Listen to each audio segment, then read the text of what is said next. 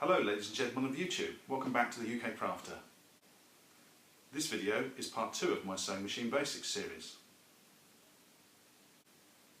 Just in case you missed part 1, I've put the link below, so do go back and have a look.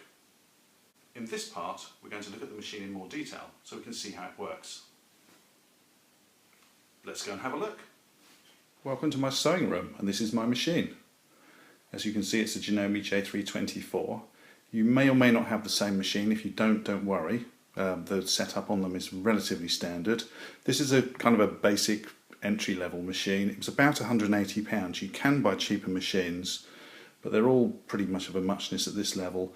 Some of them, like this one, have a few more stitches on them, which is where the 24 part comes from. It's got 24 different stitches that it can do. That includes embroidery stitches. But they're all pretty much of a muchness at this level. Let's have a look at the machine in more depth so we can see what it's all about.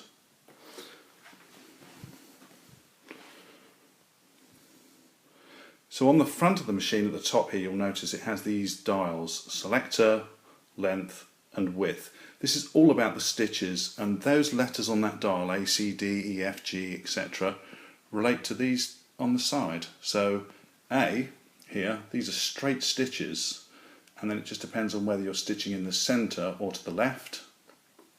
You've got zigzag stitches, different types of zigzag stitches, and then you get other stitches here. Some of these are embroidery stitches, some of them are proper sewing stitches, like this one here, this yellow one.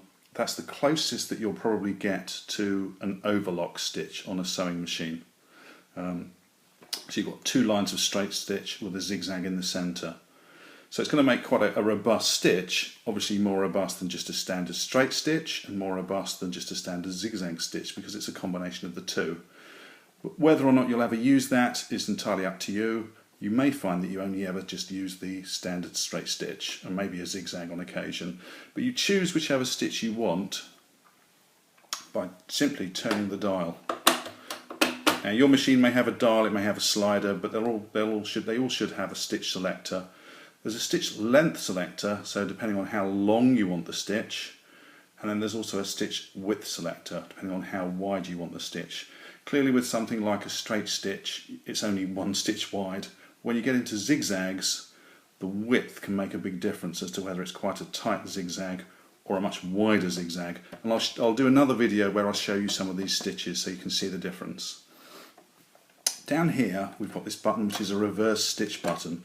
So when you're sewing in a straight line or with a zigzag, if you stop the machine, hold this button down and then continue sewing, your stitch will go back over itself. That's actually quite a useful thing to do to lock stitches down. So at the start and end of stitching something, you can do a short bit of reverse stitching just to lock the stitches down and make sure that they don't unpick. On the top here, this is where I've got my bobbin winder, and this moves around. And again, I'm actually going to do another video where I show you how to thread the machine, and these bits will feature in that more heavily. So this is a bobbin winder. These are spools for putting our bobbins on, and they just swap up and down. Around the side of my machine here, I've got this wheel. This pulls out and it will operate the bobbin winder, and when it's pushed in, it operates the needle, and that's the needle wheel. Now, normally you wouldn't do anything with this apart from when you want to move the needle around. You can turn it around, and turning that makes the needle go up and down. And when you're ever doing anything with adjusting the stitches, you should always turn your needle wheel so that your needle is up and free from the feet and the plate, just in case it moves the needle around at all. Some of these stitches, because of the positioning of the needle, it will move the needle around slightly, and you don't want it banging against the foot and damaging the needle. And then down at the needle, just before we get there, this part here and this is where we put our thread through to thread the machine. Just focus that a bit better for you. Down here we've actually got the needle itself, and this little screw here is what you would undo and do up to change the needle. We'll do another video where we show you how to do that.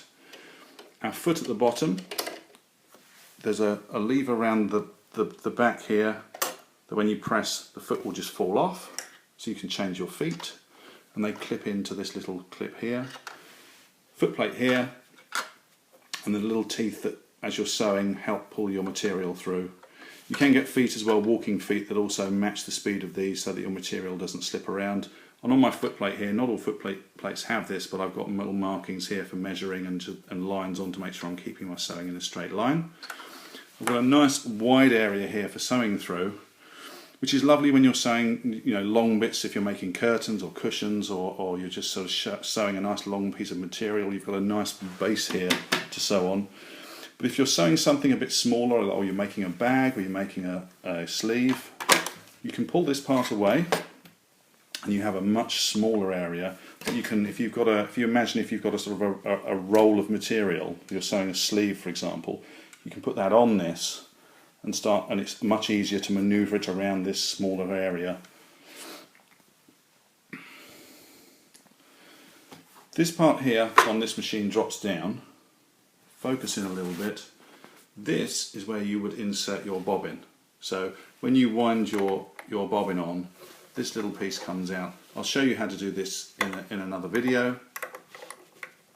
Easily clips back in. I say easily, I'm normally very easily. I'm trying to do this with one hand. Excuse me. There we go. That can close back up. Inside this part that we removed with this machine, and you may well find it in another place with other machines, but comes this little bag with an thread unpicker. There's a little screwdriver in there for when we're tightening things up on the machine. There's extra feet in there, so that's a large button foot when you're doing buttonholes.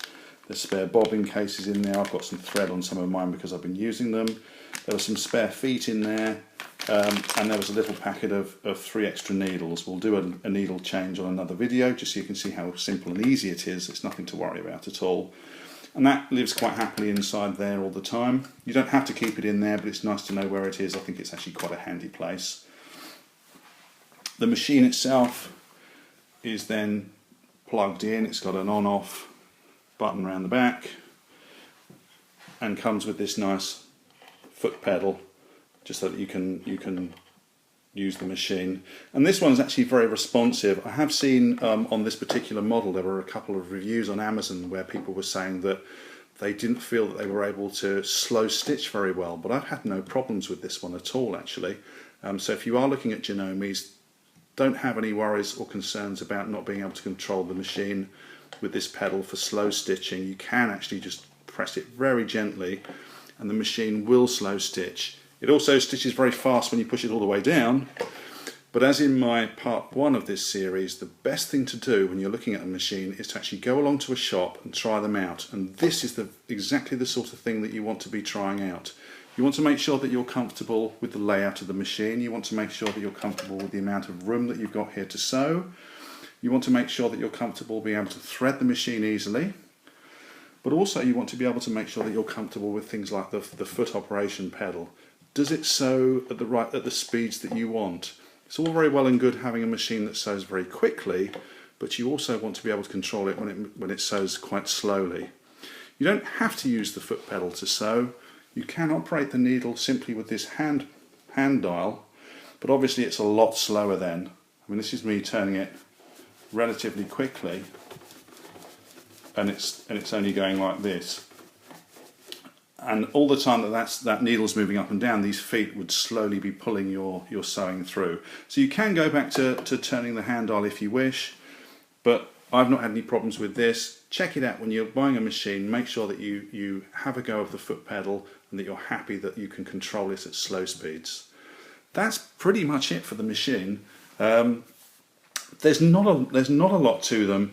They look pretty scary when you first see one, and certainly we've all been there. I've been there. Everybody that sews has been there. If you watch the Sewing Bee, those people that are really good sewers that have been doing it for 20, 30 years, they all had that moment when they had used a machine for the first time. And it is scary, it is daunting, but don't panic. And this is the good thing about going along to a shop and trying it out. You can try them before you buy one, just to make sure that it is for you, and you can sort of iron out any niggles and concerns before you spend any money. Hope you do get one. I hope this video has been helpful. In my next video I'm going to show you how to thread the machine. This has actually got an automatic threader on it, but I actually prefer doing it by hand, and I'll show you the by hand way because it's not difficult. Not all machines have an automatic needle threader anyway, so you'll get much more out of learning how to do it by hand. It's really simple. Winding the bobbin, and we'll wind the bobbin as well, and we'll put the bobbin in, and I'll show you how the thread comes through, and then we'll move on to another video where we actually do some sewing, and I'll show you some of the stitches.